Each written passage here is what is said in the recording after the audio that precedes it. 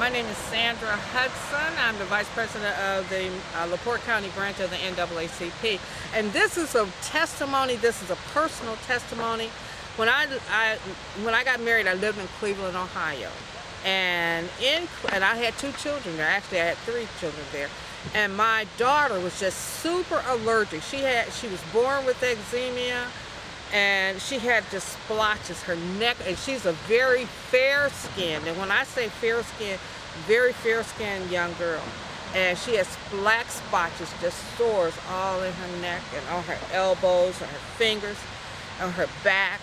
And so, you know, we were very concerned. Her father and I were very concerned. And so what we did, we took her to the doctor. Well, I took her to the doctor. And the doctor, he gave her some type of treatments. We had to do shots or whatever, but nothing was working.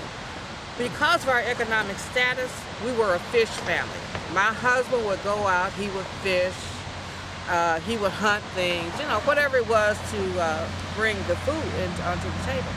And so finally my doctor, I guess he had exhausted everything that he knew at that time how to do. And so what he did was he said, well, you have one option: move. And you know, in a way it was a good option because I was getting divorced at that time, and so I didn't have anything to hold me. And so I came here, I moved here, I did move, I made that choice, I made a choice. Do I let this beautiful little girl get encrusted more and more with sores, or do I move? And I made the choice to move. So I came here and I started working. I was working at the hospital. And then somebody recommended this doctor named Philip Adonis, okay?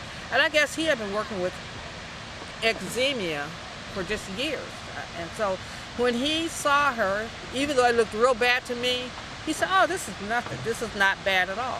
All you got to do, and he told me about Physohex. He said, buy everything that Physohex had, follow directions, and I guarantee she'll clear up.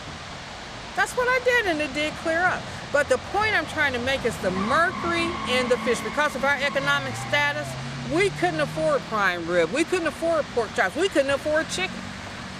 You know, so my husband did the best thing he knew how to do, which was feed his family. He fished. Their whole family is fishermen. But the sad part about this, I have nephews and nieces that are just encrusted with this stuff because they chose to stay in Cleveland, in the environment. So today, she lives in Phoenix, she's married, no eczema, no nothing, you know. And so that's my testimony. That's what I did.